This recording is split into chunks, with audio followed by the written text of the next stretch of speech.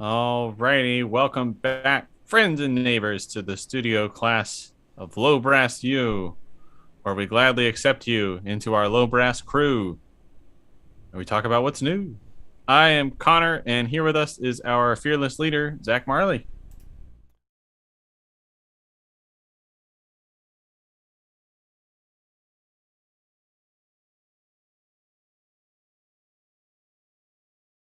Really did wonders. Oh yeah.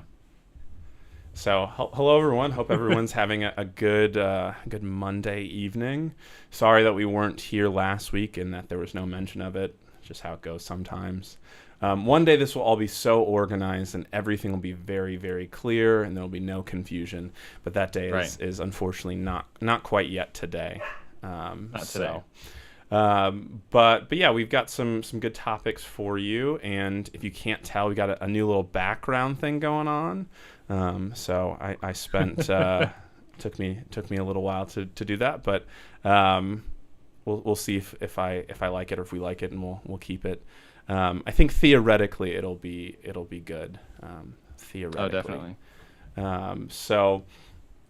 But yeah, do you want to maybe start off, Connor, and tell us a little bit about what you were up to, and not putting it all on you as why we didn't have a stream last week, but where were you last week? I probably have some explaining to do. So it's worth mentioning where I was this past week. So, of course, I wasn't available to stream on Monday because I went on a little tour. It was a musical adventure out with a band that I put together. And it was all friends and mutual friends, probably of Zach and I, from the University of North Texas, and friends that I hadn't really played with since going to school there. And I wrote a bunch of hard music over the pandemic that I've been floating around as trying to get a group together to record it. And I thought, what better place to play this hard music than to call all my old friends and kind of make a fun little trip out of it. And so it was great. And so we went to Kentucky, my my home state. And we played in Louisville. Well, not your home state, your home Commonwealth. My home Commonwealth, right? How could I be so? Yes, let's get the nomenclature correct. So yeah, went to our old the Kentucky pastoral landscapes. Went to Henry County. Went to Beechwood. Went to Louisville. Went to Bowling Green, and had a big fun time. And wrapped it all up with a great performance at Western Kentucky University with their excellent jazz band. But we saw a bunch of other really great schools. We saw the Christian Academy Jazz Band. We played with them, Christian Academy of Louisville, to be specifically. We played Louisville, if you've never heard. Louisville, yeah. Yes, or Louisville if you're from Texas, but it's spelled differently. There you go. And we saw great students at North Oldham High School and Henry County High School, and Henry County Middle School. Actually saw some students they came out. We went to go do a full day at Henry County, and they just brought the middle school students over just to kind of eavesdrop and listen, and we had a great time with them. And let's see, who else? Beechwood High School, like I said before, got to play. Beechwood, is that by Cincinnati? Mm-hmm. Yeah. Yep. So I think there were a couple of students at the University of Louisville when I was playing in the jazz bands there that were from Beechwood. I think so. Yeah. Yeah, so one funny thing that kind of happened is your Western Kentucky performance I actually got texted about by the tuba professor there. Oh, yeah, David. Yeah, I got to meet him. He said that he's like, saw this performance, they seemed like some cool people and they sounded good, and they said they knew you, and I was like, yeah, I know them a little bit. That's really funny. But yes, a small world. Yeah, I don't know if he mentioned it. He probably did that. He's finishing up or just finished his doctorate at UNT. Yep. So, but Yeah, we talked about that. He was very kind. He came back like backstage, like he came out to the show and then came backstage and was like, "Hey, like, we probably know a lot of the same people." And I was like, "Yeah, I bet we do." right. So that was really cool. But one of our first question here is, what is your favorite key to play in? Do you rather prefer major or minor? Do you want to take that one? Yes, as the great musician and pedagogue DJ Khaled said, this might be a major key alert. Wow. I will not elaborate. Yeah, I don't think that I have a strong preference. When I was getting the hang of things, like learning how to improvise and like getting facility like on the horn, like really early on, like learning positions and learning scales and stuff, um, I noticed that I was worse at some keys than others when I started out. And that's still something that everyone works on, like being comfortable in multiple keys. And the answer for anybody, it doesn't matter who you are, the keys that you play in the most are the ones that you are going to have the greatest facility in. So when you start off in your band journey, it's overwhelmingly likely that you will have a lot of time in concert B flat major, concert F major, and you'll kind of go probably start spreading out by adding more flats at first as opposed to sharps. And so you'll find a lot of really, really great middle school and high school musicians who are very, very comfortable B flat, F, E flat, A flat, and then they might be less comfortable in like D flat, G flat, and then if you go on the sharp side, that's a totally different world. Whereas a beginning strings player might have no problem playing in the key of D major, or even sight reading in the key of D major, or B minor, relative minor to your D major. And why in the world does this violin player who's in 7th grade play circles around this great high school trombone player in the key of D major? It's just because they've seen it more often. And so as far as like which ones do I prefer playing in, at this point I try my best to not get stuck in a key to the point where I will randomly choose keys that I'm playing in when I'm improvising. It's almost like having like names in a popsicle stick that you're going to call on students in a classroom, trying to give it like that level of playing field so that I don't wake up one day and realize, I really prefer playing in D flat. This key is way more comfortable for me than others. And that's the other thing is like if I had a favorite key, that answer kind of goes along with that. It's, the keys that you're most familiar with that you practice the most are probably going to be the ones that you want to call tunes in, and the ones that you might choose solos that are in F major because you've practiced F major a lot and you feel very comfortable, as opposed to piece in E flat minor. That might be scary to you if you're not comfortable with E flat minor, G flat major, but I would urge anyone to try to diversify their key playing palette so that you ultimately the best preference between major, minor, C, D, E flat, F, H sharp, the best preference is no preference. Just to say, it doesn't matter. Whatever key is good. And that comes from being exposed to all of them in equal amounts.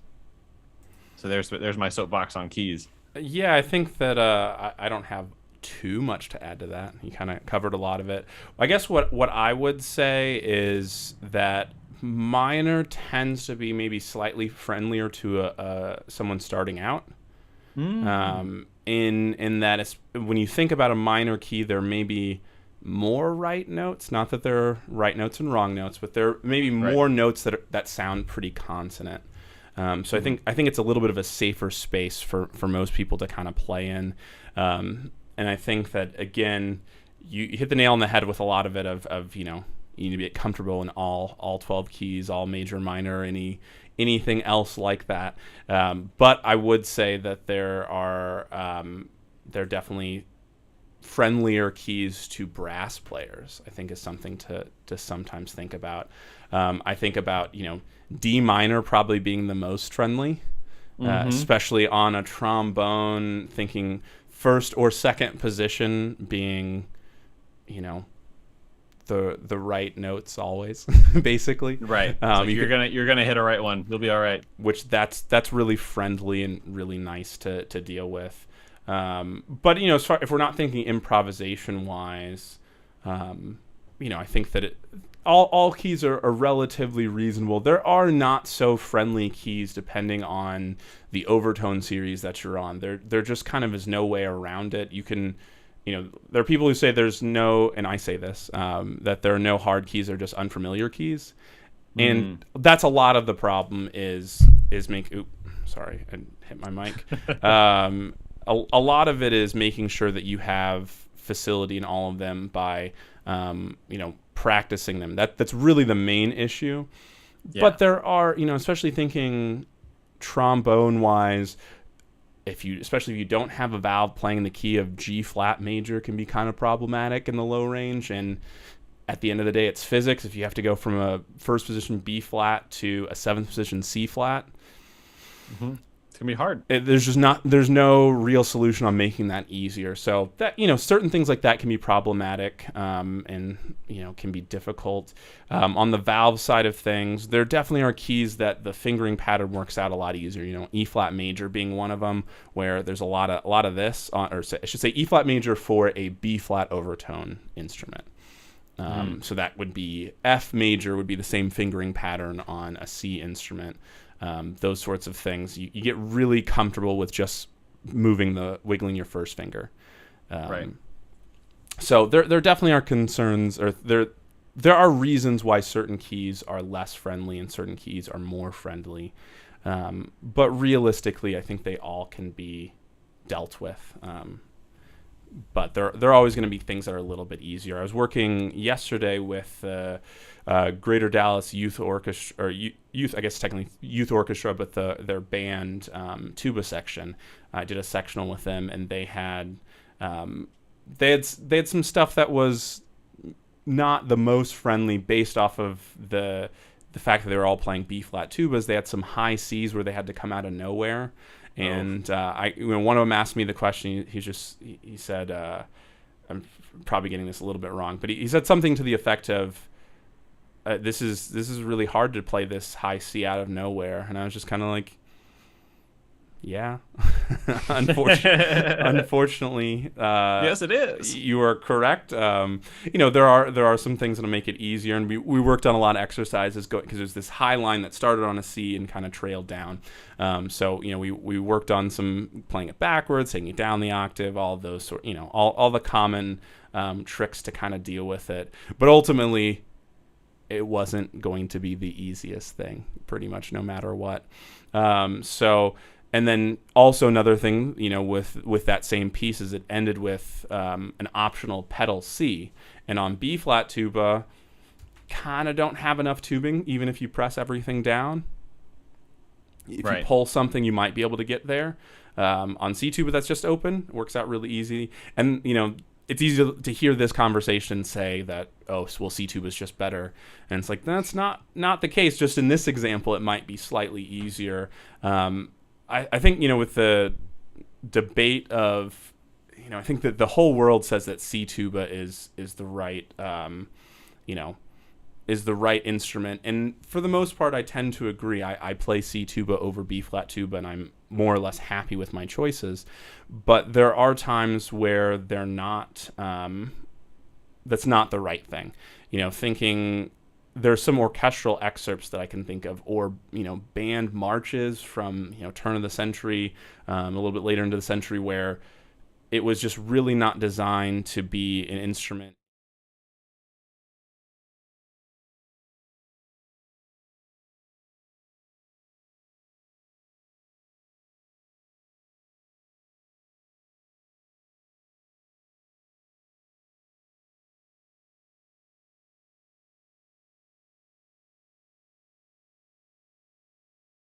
But there's this kind of more march-like thing where you have some stuff that's just really ugly on C tuba, and it just is what it is. And there's a lot of like B flat minor marches, like Fillmore marches and Sousa marches and things like that you have to play these fast B flat minor scales, and on a C tuba, B flat minor, B flat C, D flat, E flat, F, that gets a little bit tricky. But equipment manager says, my lesson teacher says he knows you. Do you know Thomas Oakley? I do know Thomas Oakley. Yeah. And Connor's even met Thomas Oakley once. Yep. And I have. I remember that. in fact, one time Connor had to get a key from Thomas Oakley to my house. So We met and exchanged a key in a parking lot and had a nice conversation. yes, so I know Thomas Oakley very well. He lives that way from where I'm currently sitting. If anybody's wondering, so I don't think that's doxing him, but No. but yeah. So he's a good friend, good tuba player, and I'm glad he's your teacher. Tell him that I said hello. Yeah. But yeah, just kind of finishing that key discussion.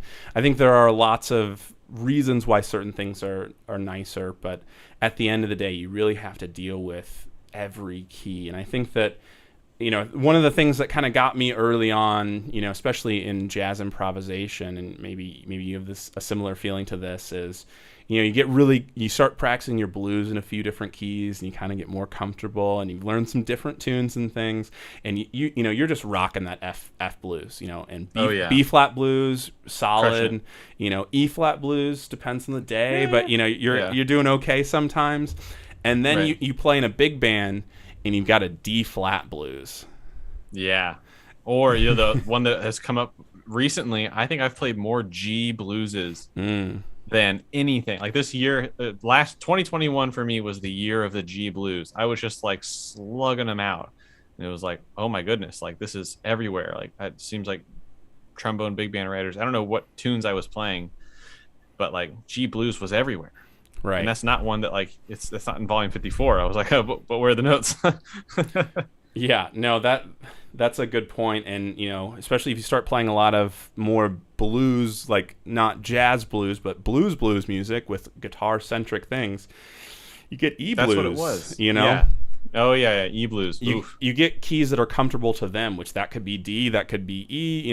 They're happy with sharps. That doesn't bother them. They love it.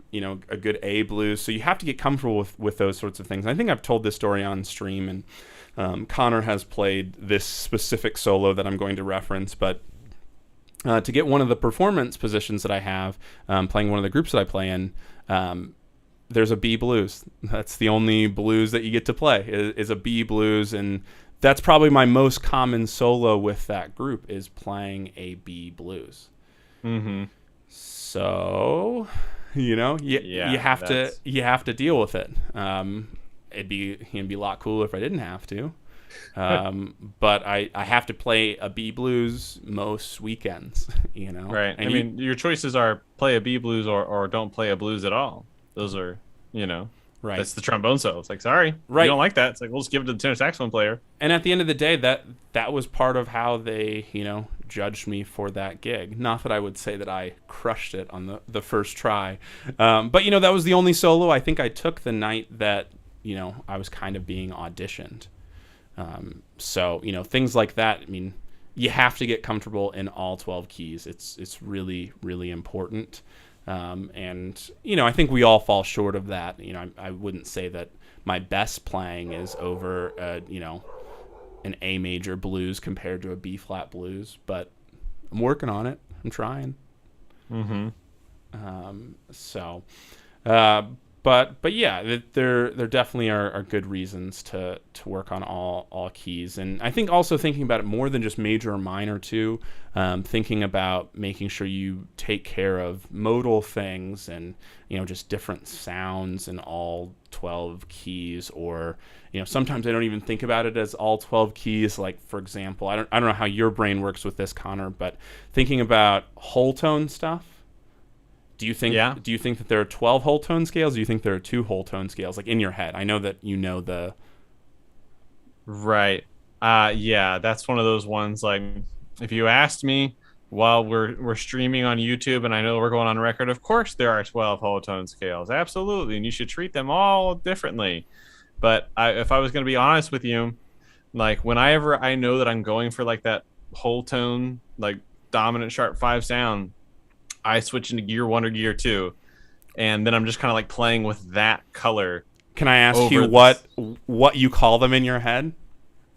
They don't have names. They're just like, do they have colors or shapes or? Yeah, they're just like constellations of trombone positions and just like rats running for pieces of cheese inside of my brain. I think that's the easiest way to describe it. It's like having bees in your head, and some of the bees are a certain color, and some of the bees are a different color. Yes, I definitely know what you're saying with that. Like, so if just to make this discussion a little bit clear, I know Connor and I know what we're talking about, but if you think about a whole tone scale, since it's a symmetrical scale where everything's a whole tone, there are only really two collection of pitches or pitch classes, if you want to get more technical.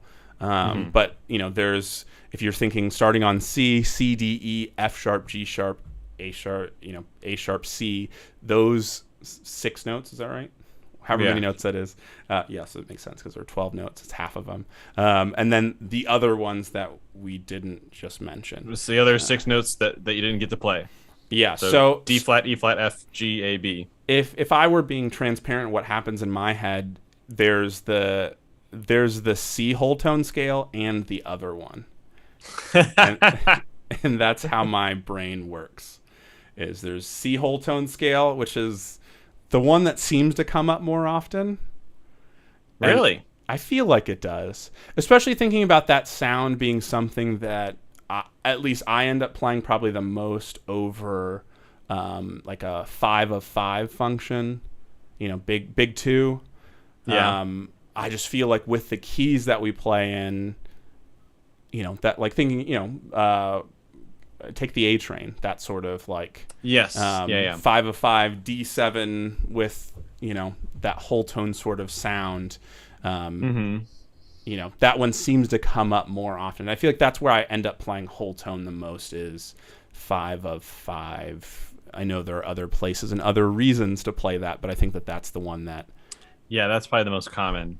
It's like, you're thinking like, what am I going to do over this dominant thing and take the A train and that's the great place to learn it because usually the voicings in whatever backgrounds are behind you or in the arrangement of that you're playing or what's just being told by the rhythm section is like, play a whole tone sound, and that's kind of like intentionally what they're going for. So they're kind of going for that chugga chugga choo choo cluster of whole steps. Right. And so it's a great one. Another one to use just to think about if you're playing something in minor, like if you're playing like D minor, like I don't know, like Little Sunflower or something like that, and you want to play over an A7, that A whole tone scale is really, really great for like using it to turn around back into a minor key because it has this like otherness to it, like it has like a natural 9, which is like really jarring sometimes, but it also has the flat 13. So if you play an A like whole tone shape, you get an F natural, which kind of signals like, oh, we're going back to like a minor sort of thing. So it's a cool way to get like a really, really bright like that whole step clustery sound, but it still is like signaling like we're going back to minor because here's the minor third of the chord that's about to happen. So that's one that I like to use a lot. Yeah, and kind of on that same wavelength of like there are only so many versions. And another one like that in my head is like diminished sort of stuff. So thinking whether it's arpeggios and then scales is even kind of a funnier one because if we're thinking of whole half and half whole, but then there's still the same collection of notes, so there's still only 4 different versions, right? Or 3, yeah, 3 different versions. Sorry, 12 divided by 4 is 3. If anyone's checking that. If someone's like, if light bulbs are going off, or at least you're like the least bit curious about what we're talking about, a good thing to Google would be like symmetrical scales or things like that. Yeah, symmetry is kind of the angle of all this, right? And I think I think it's really interesting to kind of think about it that way, and it's probably not always the best way to think about it while improvising, but it is a way. It's a great way to get your foot in the door, and it's easier than like learning the modes of like your major scales, which like if you start on a different scale degree in your major scale, that's going to change the quality of that scale. So if I start on note number 2 of my C major scale, if I start on D and arpeggiate up from there, like guess what? I don't have my major tonality anymore. Now it's a minor.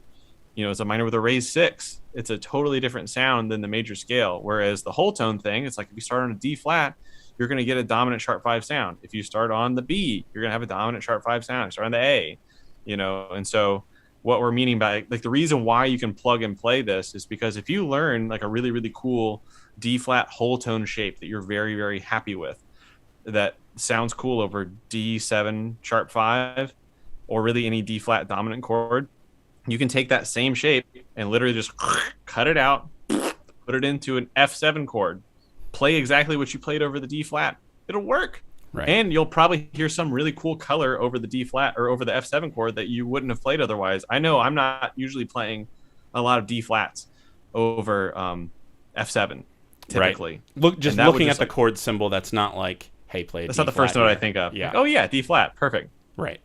So it's a cool way to kind of like, think about it. Gets us away from sometimes we get really really strict with like, oh, this chord goes with this scale, and it's like that scale is compatible with that chord. Chord scale syllabus.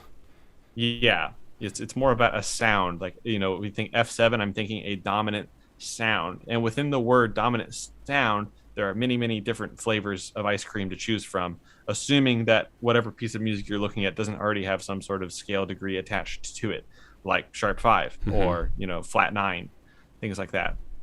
Yeah, definitely. Yeah, and just one maybe point of clarification for some, we throw around dominant a lot, and I think that's one of those differences between classical and jazz theory. That word has slightly different meanings. I like the jazz one, but I know that not everyone does, and not everybody thinks that way. So it's worth mentioning that when we're talking about dominant, we're really saying major triad with a minor seventh on top. Yeah, that's probably good to clarify. And so we're not dominant is a function and not necessarily a chord quality on the classical side of the street. So Brian says, once you reach a fast enough tempo, do you still feel able to improvise freely, or do you mostly find yourself restricted to plug and play? That's a great question, because I had a performance this past weekend at a jazz festival, and there was one thing especially that we played. We played This I Dig of You. Was that the one? I mean, I know we played that one, but I think this was the one that I took the last solo. Because that's the one. No, or am I thinking of? That doesn't have a vamp or like a rhythmic thing at the end, does it? Of the form. No.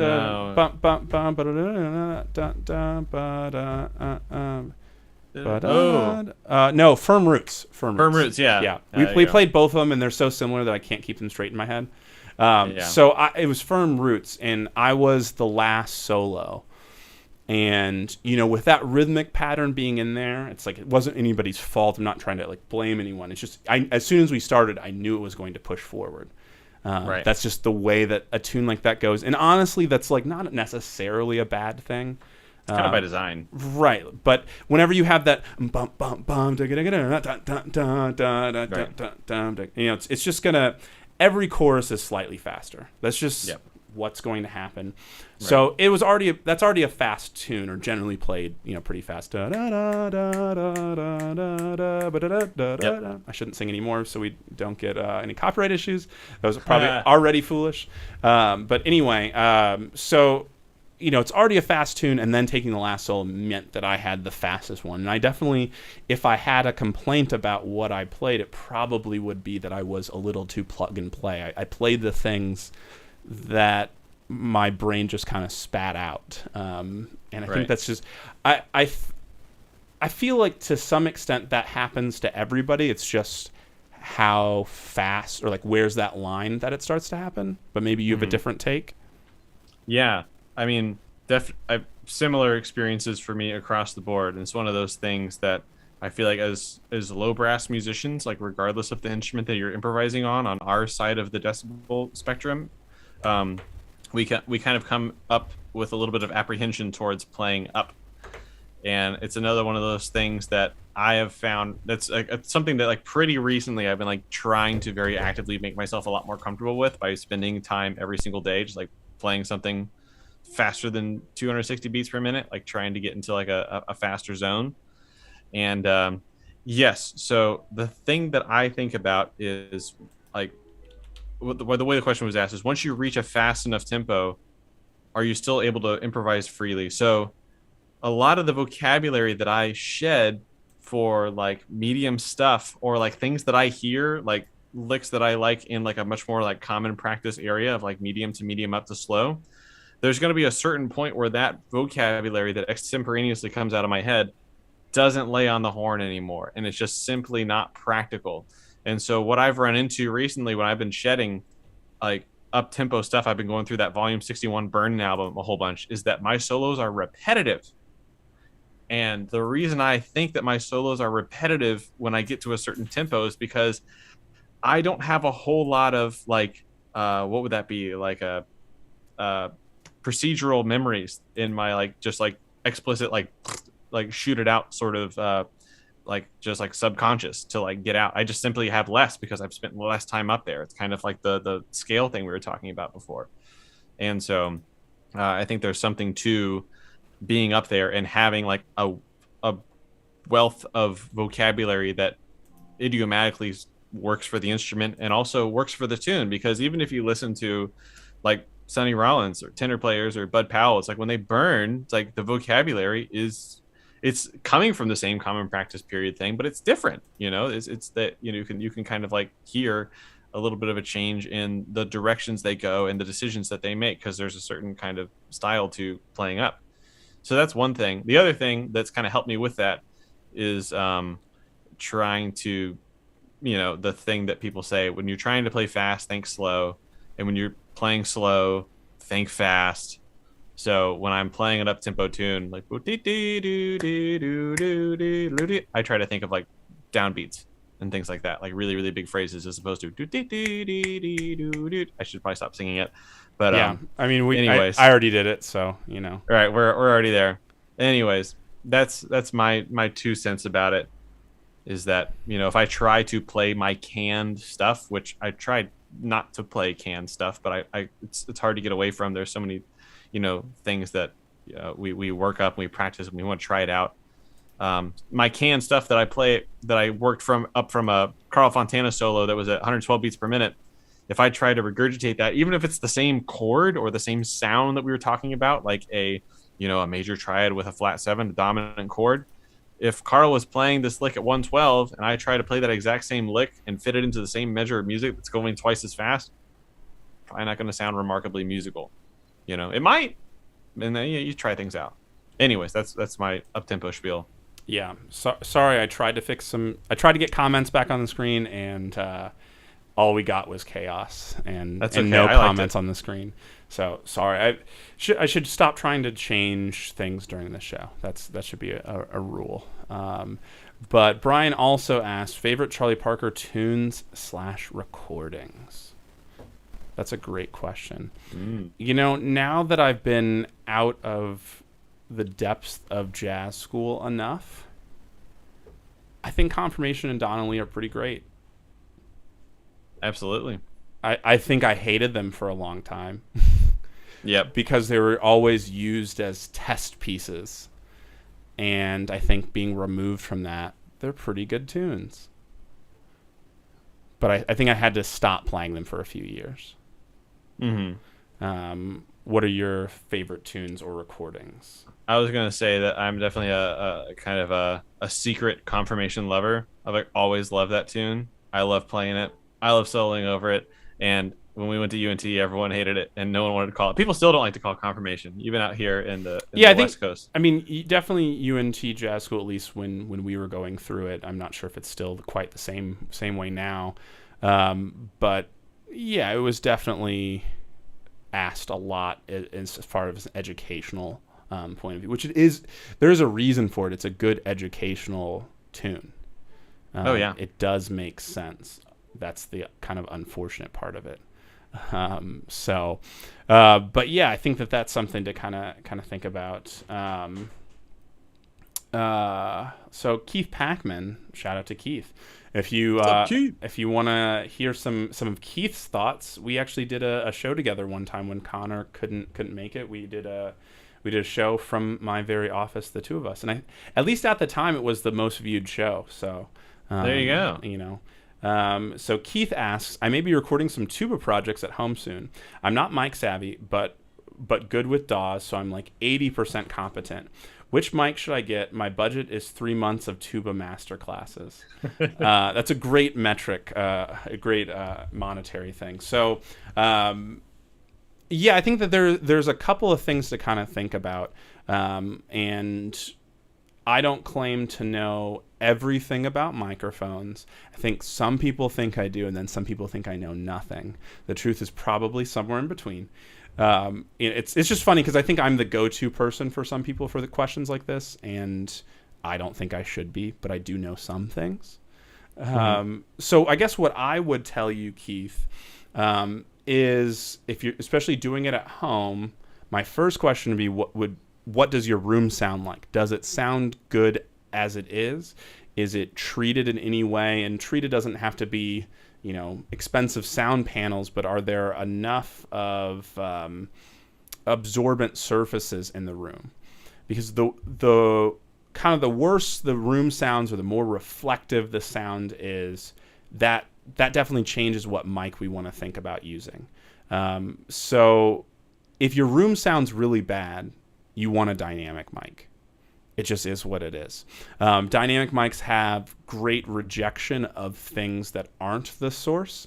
So any dynamic mic, and probably thinking about a dynamic mic that is kind of billed as a kick drum mic or as a some low frequency, maybe a bass cab mic, something along those lines. So there's lots of mics that you can kind of find that will be billed that way. A Beta 52 from Shure is kind of one of the classic options. I used to have one, I just never used it, so I got rid of it. But that's a pretty good option for something that is going to work well, basically regardless of what you're doing, where you are, what room you're in. A dynamic mic in general for tuba is probably not going to be the best option if you had any room that you could possibly be in. Like if you had access to a hall at one of the universities or schools that you work at, that there might be better options for that. But a dynamic mic in general, to me, is going to be your best option, either when the sound of the room is unknown or if it's bad. And especially with tuba, it's really hard to have a room that sounds good at home. Because do you have a room that has 14 to 20 foot ceilings? Do you have a room that is not regular? So thinking about, you really don't want a room that's a perfect cube or even rectangular, kind of ideally. So I think for a lot of concerns, a dynamic mic is better. If you have a room that has a good amount of treatment, and that could easily just be a couch or a mattress, like things that absorb sound instead of reflect it, you might get away with a condenser microphone.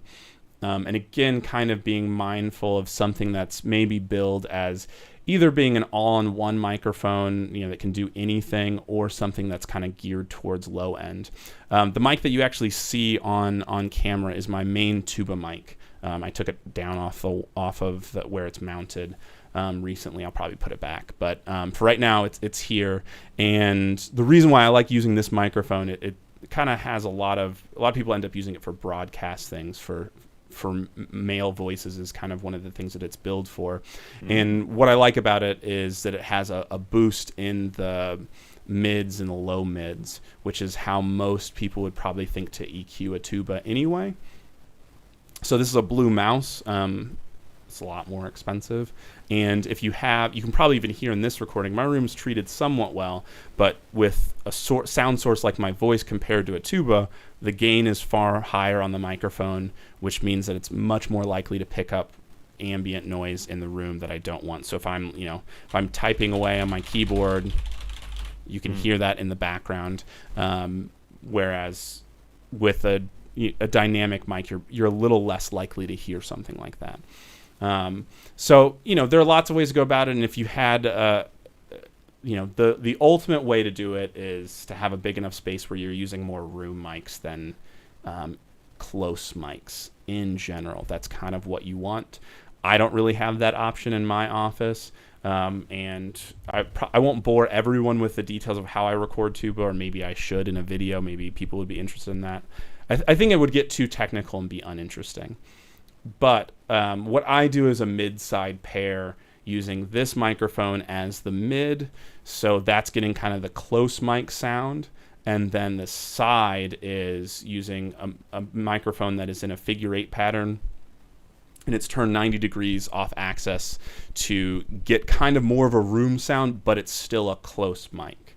And so I combine those two, and if you read about mid-side pairs, you can kind of learn a little bit more on how you end up with 3 signals, and there's phase concerns. You have to flip the phase and pan things, and it's a little complicated. But that's the way that I found. If you watched any of my tuba videos in probably the last year, that's how they've been recorded, as a mid-side pair with a blue mouse as the mid, and the side is an AKG 414 XL2 in figure 8 pattern. That's how I've done them. So that's also not a cheap microphone duo. I'm not sure what 3 months of masterclass, not sure how many masterclasses you've got, and how much you want to spend on that. For me, that works okay in a room that this is almost a cube. It's maybe 10 by 11 by 8.5 or so, whatever kind of the standard low ceiling height is.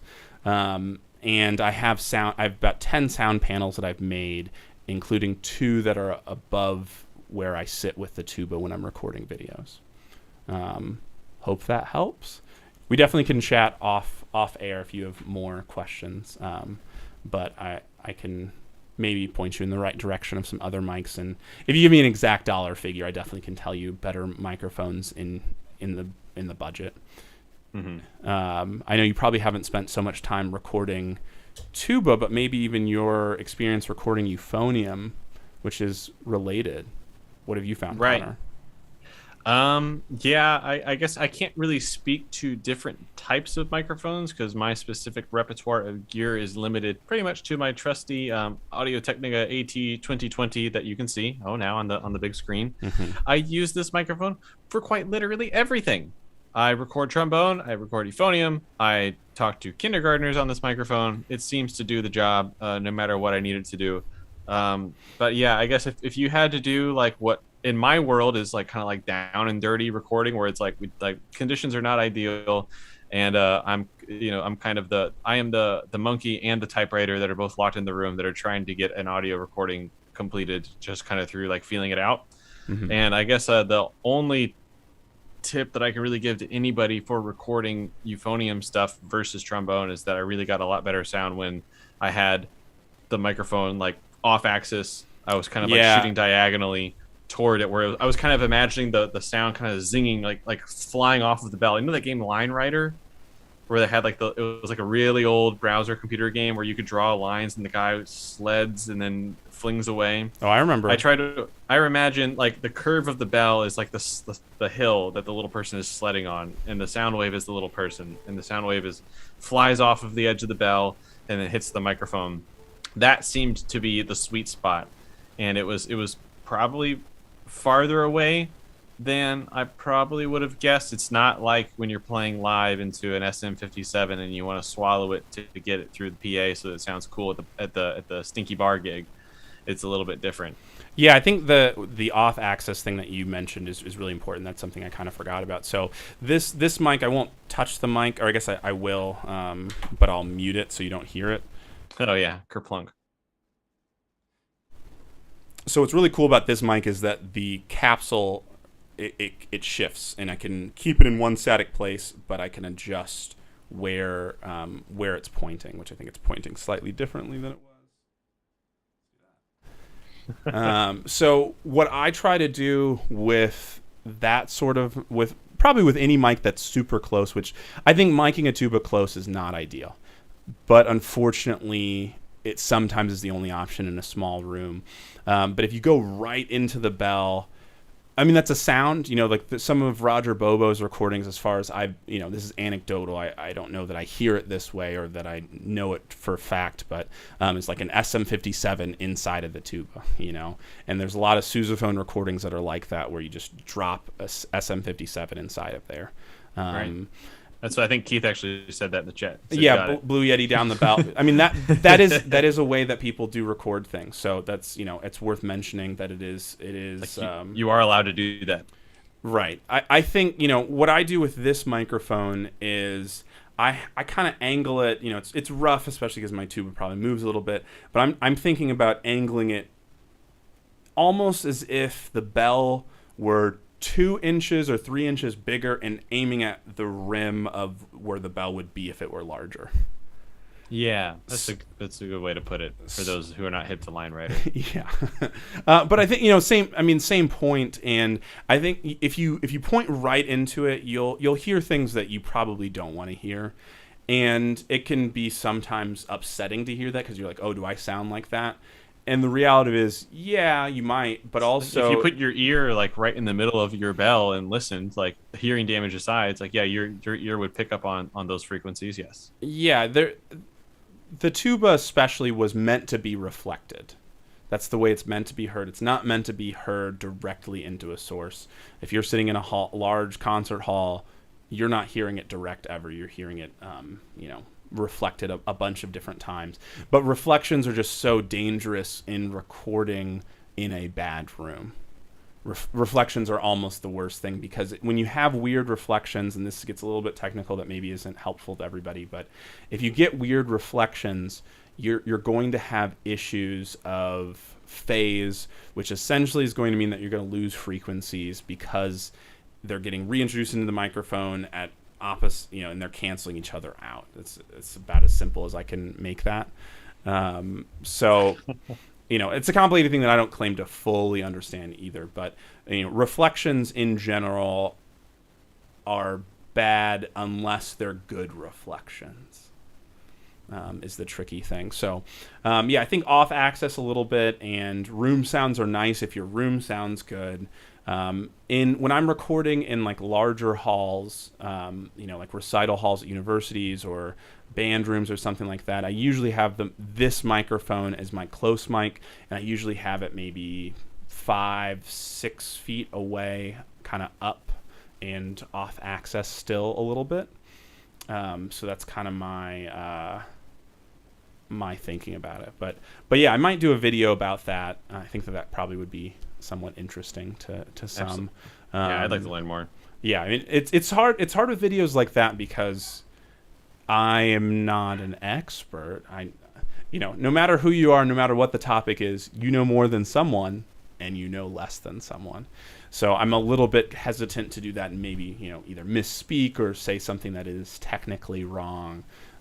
But maybe I should just do it and ask for forgiveness later if something does go wrong. But yeah, we definitely could talk about it later. And the good thing is you don't actually have to take notes, Keith, because this is unless something goes horribly wrong, this video will stay up. It's on the books. So Brian asks another question: would you consider yourselves from the J.J. Curtis Slide School or the Fontana Rosalino Watrous School, or both / in between? Do you want to go first, Connor? Sure, I'd be happy to answer that. I would say, with every single person that you mentioned, there was definitely a solid period of my life where I was like unhealthily obsessed with listening to that person's music. And that wasn't always all at one time, and it usually wasn't just one artist at a time. It's definitely like I love all those players that you mentioned. The other thing to mention was like when I first started listening to, I think out of the 6 that you've mentioned, probably heard JJ first, maybe heard Curtis first.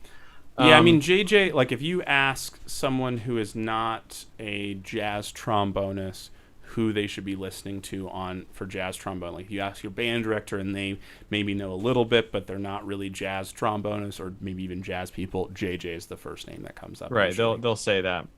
But I'll say from my listening perspective, it's like I can really only tell you in hindsight And I think that's significant to think about is like when I first got into listening to those records, like maybe I started with JJ Curtis. It's not important. I didn't really know there was any significance to one or the other.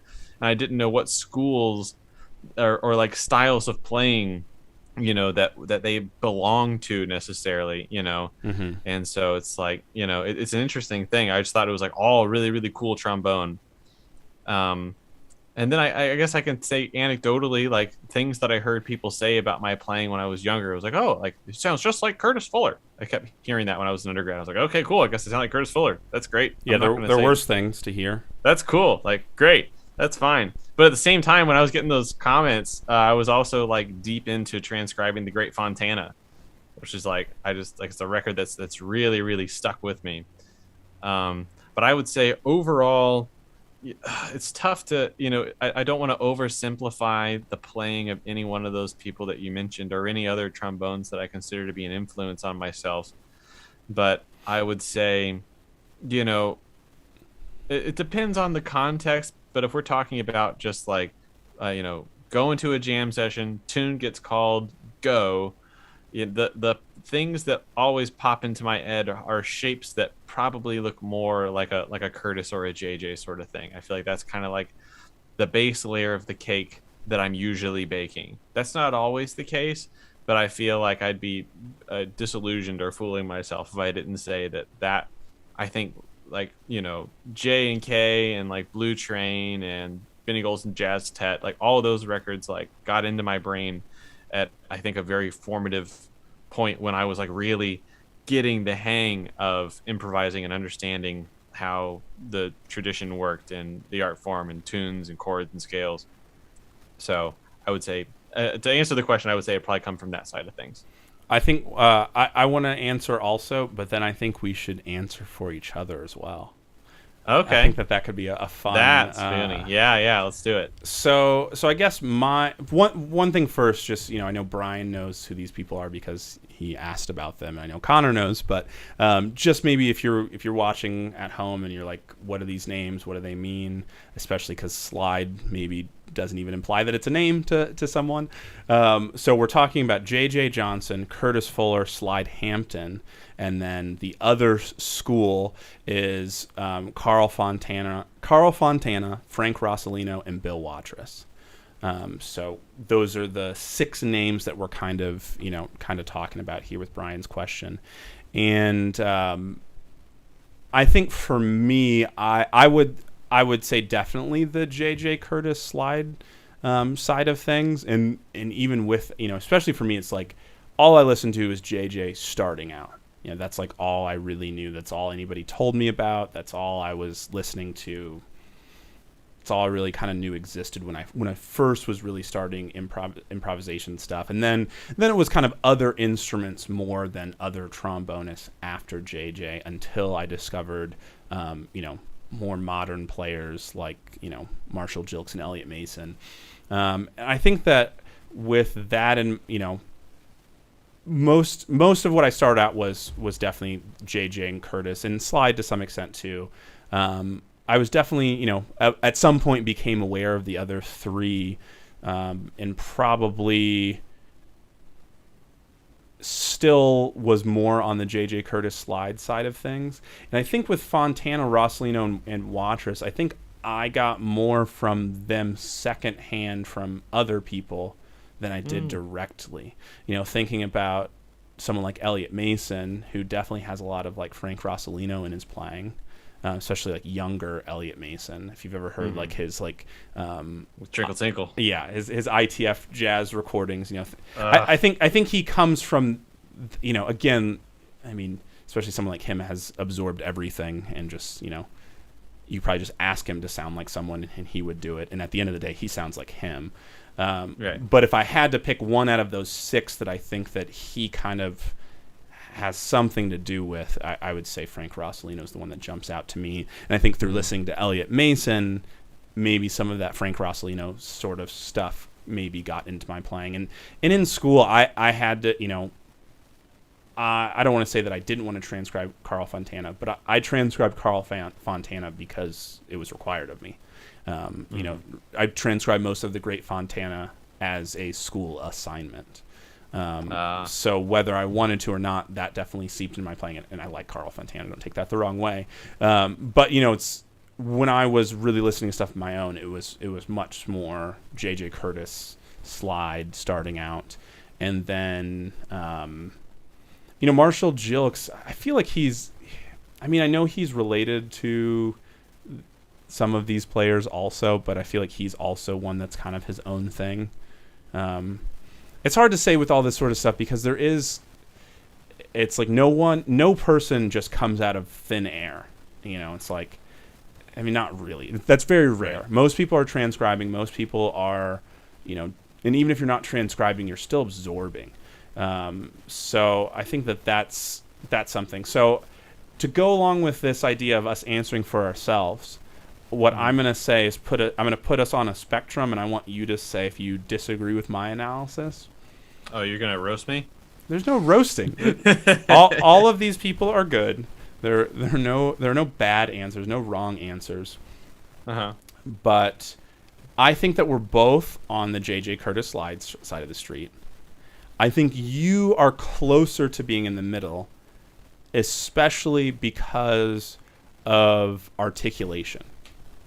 Like Yeah, maybe not as that. much ideas. Like ideas, especially since you've listened to so much Steve Davis, which neither of us had mentioned in that little bit. And I transcribed Steve Davis as well, Right.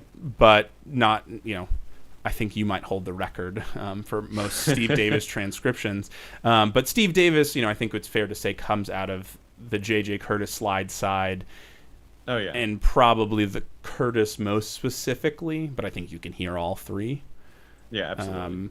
But yeah, I think particularly with, I single tongue pretty much everything, which has its issues. And, you do some doodling and things like that, JJ, they all did some of that too, but I think that your what makes you closer to that side is really articulation and less melodic ideas and overall approach. Sure. Yeah, I like that. What are your thoughts? No, I agree. I got nothing to say about that. I think that's a fair assessment. I think there's one thing to comment about this type of thing is like, we were talking about like where does Marshall Gilks fit inside of this like spectrum of things, and it's kind of like the crux that you get into and the real head scratcher of like providing a definition for something. And we can kind of allow the cool thing about having an analogy or categories or things like that is kind of figuring out where the rules that we set work and where they don't work. It's kind of like I like to bring back the analogy of like, what is the definition of a game? And if we decided to codify and make a true definition of like what a game is, this is outside of music, you will have certain things that you know of as games that you play as games that fit into that definition, and some things that don't. Even though we know that all these things are games, the definition of a game cannot be exact enough to really know what we're doing, and it can't be open enough to really like have everything fit inside with that spectrum. So it's like, are all games competitive? Do all games have winners? Do all games have rules? Are there teams in all games? You see what I'm getting at? It's like that the definition is always going to be complex, and there's always going to be subsets of that sort of thing. And it's kind of, that's not to say that you shouldn't put things into J.J. Curtis. Like, you should. That's a fun way to think, and it's a way to think differently about, the wide variety of trombone players that there are in the community. And it's funny, like putting things in categories like that, like the ones that don't fit, and then we kind of have to reassess our values of like where things are. I love talking about that type of stuff. I think that's really interesting. Yeah. Also, hey, Zach is here. Yes. Caught the tail end just after work. Welcome. Zach has been like a original viewer of this back in like the very early days. Mystery Jeffrey comes in with, I know you're not exclusively listening to trombone music all the time, but what are your favorite trombone albums in this moment of time, regardless of style? So I think if I were to go with the one that's kind of been played the most, like in my car while driving, like the one that's probably been in my ear the most lately, I haven't really been listening to as much jazz trombone. I've still been listening to a good amount of jazz, but if we're looking for a trombone album, I think less jazz that I've been listening to, or that style of music has had trombone in it.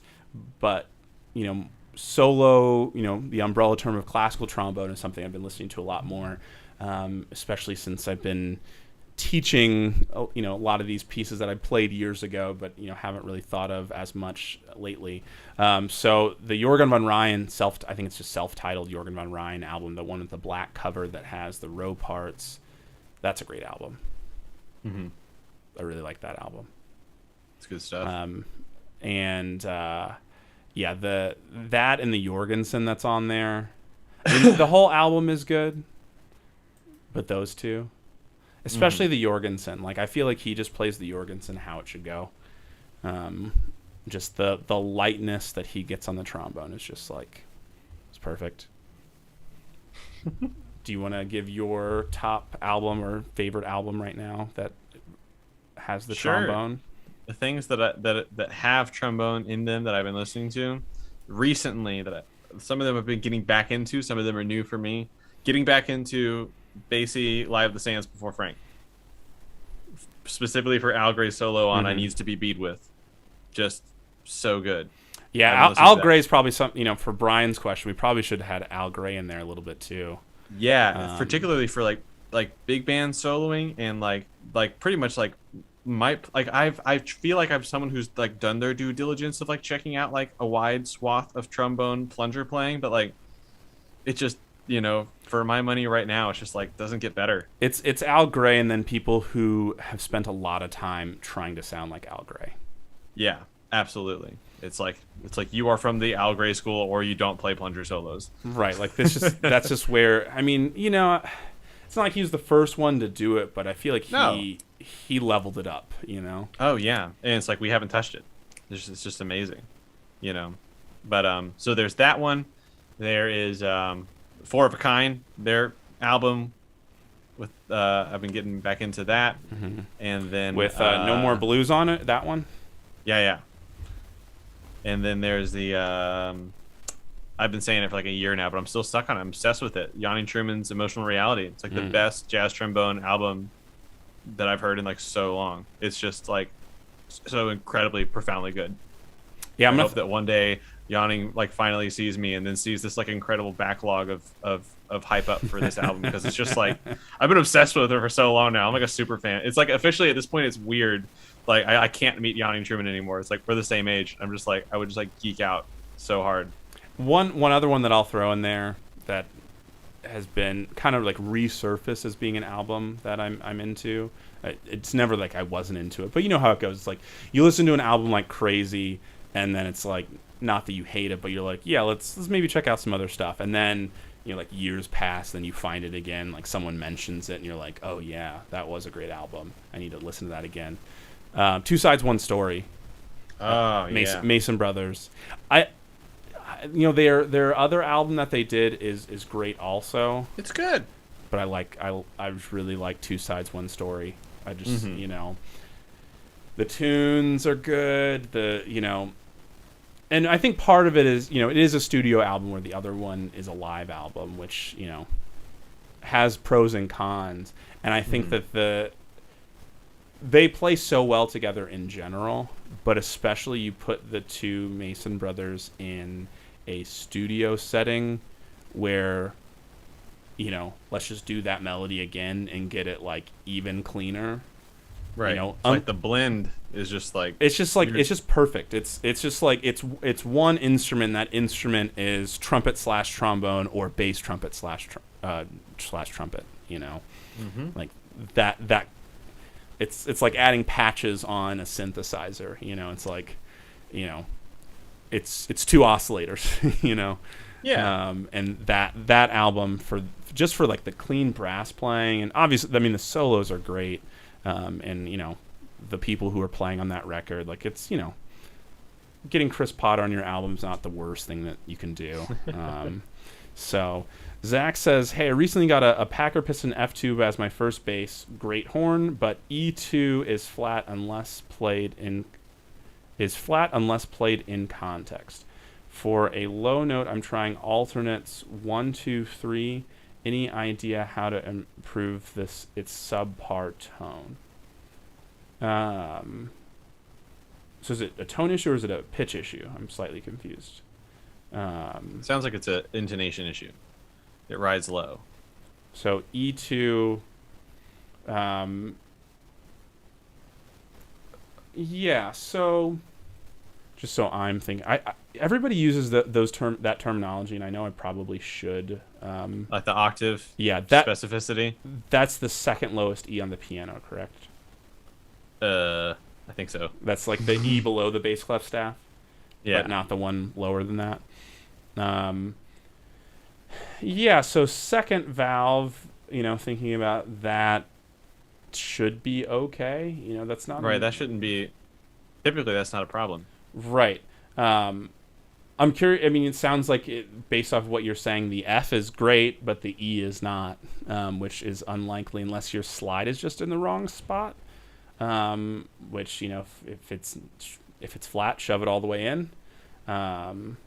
Strange valve form seems to deteriorate from the great tone quality I experienced throughout the horn. Right. So they got it in tune with 1, 2, 3, but they don't like putting it through that much tubing, I guess. Yeah, and I wouldn't necessarily either. Yeah, I would try some exercises because it could be a combination of things, and I don't know the Packer Piston F, especially. I assume that's like the new one that's like a 20, kind of like a 2250 for Meinl Weston. I haven't played that horn yet, so I don't know.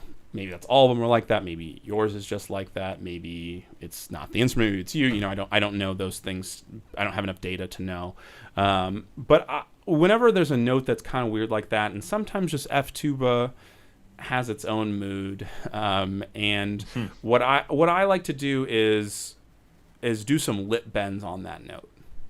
So kind of take that note, play it, and work around it, go for tone, go for pitch, see what you can find, and just see if you can find a way to make it work, and then it'll become easier over time to kind of lock into that spot. Sometimes you have to use weird fingerings. I taught a lesson today where my student was playing F tuba, and we just were kind of like, yeah, this is the fingering that works for you right now. Maybe it's not the fingering forever, but it's the fingering for right now.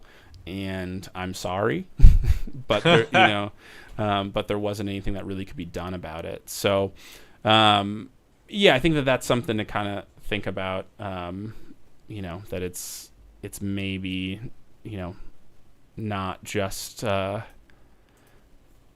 it maybe will go away with time, but maybe going back and forth between those two fingerings might help. Hope that helps. I don't know. That was a super helpful answer. Sometimes certain notes on certain horns are just not that great, and that's a really unfortunate note to try to fix. You don't have a lot of tools, especially I assume since it's a piston tuba. I assume it's 5 valves, so I don't think you have a 6th valve option of anything, and that probably wouldn't solve it anyway. But yeah, that note on any brass instrument, any key, like whatever that note is, there's kind of just not a whole lot you can do about it, especially if it's flat, because your next best fingering is playing it open and lipping it down. Like that's not a great strategy either. So, No. Yeah, I hope that's something that, and maybe try different mouthpieces too. And it's not really the best way to go about things either, but maybe it's an incompatibility with the mouthpiece and the tuba, especially with some of the concerns of American Euroshank on tuba, which is one of my least favorite things to even think about. Like when one of my students asks me questions about that, it just like makes my skin crawl because it's such a frustrating system. I don't know if you know anything about this, Connor. We've talked about it. So, only in this isolation. Yeah, just basically, they both fit, but sometimes one doesn't. It's kind of a gap thing, when trumpet players are all talking about that. So if you have another mouthpiece that, for sure is a different one, or if you can go somewhere and test out, like, if you can find like someone who stocks Laskys and try the same mouthpiece but the Euro and American, maybe you'll find that problem goes away, because intonation, there can be some really weird things that happen if things are just slightly not right. So sometimes I don't want to make it sound like it's the mouthpiece and that should be something that you deal with, but there is a chance that there's a slight mouthpiece thing going on with with that. It's maybe something that it could be. I think that probably is a good place to wrap it up. We're kind of over time a little bit. Not that we have a specific time, but try to stick to around an hour, and kind of over that. So, unless you have any other final thoughts, Connor. Nope. That's all I got in my brain for today. I think it's empty. Cool. So we'll call it there. And are you good for next week, Connor? I'm good for next week. Cool. So we will plan on the same time, same bat YouTube channel. That's what Adam West was referring to when he said same bat channel. YouTube channel. So we'll see everyone next week. Cool. Right. Bye, everyone. Bye.